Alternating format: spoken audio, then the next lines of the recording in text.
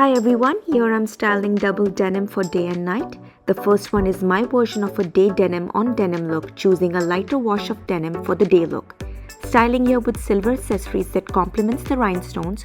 Not a lot happening because the sparkles speak for themselves. Absolutely loving the heels that luckily matches my outfit.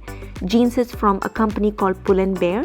And ladies, let me tell you, when the sun hits the rhinestone, it's got this magical shine. And so this was the main reason I chose it to wear during the day. Just a casual look with an oomph. Okay, and for my night look, I chose a darker, richer wash of denim on denim. I chose tan accessories to match the thread work of the shirt, and I went for more structured and, put together semi-formal kind of a vibe. I think I totally love this one too. And again, you can mix and match. You don't have to necessarily wear this on the night or wear the other one for the day. You can do vice versa and just go with the flow and the vibe you feel that day. I hope you guys enjoyed this as much as I did.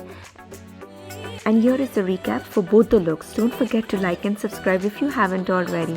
See you in my next video. Love you all. Take care.